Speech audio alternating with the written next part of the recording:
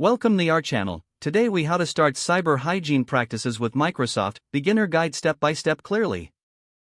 To start implementing cyber hygiene practices with Microsoft, begin by assessing your current security posture. Evaluate any existing software and hardware systems in use within your organization. Ensure that all devices are running the latest version of their operating systems. Enable automatic updates to keep your software secure and up to date. Implement strong password policies across your organization. Encourage the use of multi-factor authentication wherever possible. Train employees to recognize phishing attacks and social engineering tactics. Utilize Microsoft Defender for Endpoint to provide advanced threat protection. Regularly review and analyze security logs from Microsoft services. Establish a routine for backing up important data securely. Utilize Microsoft Teams for secure communication and collaboration.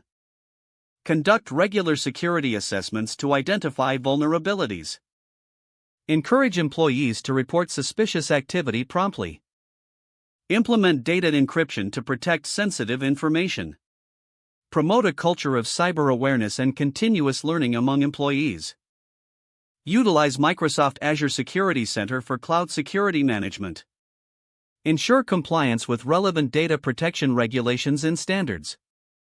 Regularly audit user permissions for access to sensitive data. Create an incident response plan to address potential security breaches. Utilize Microsoft's security tools to enhance your overall cybersecurity posture.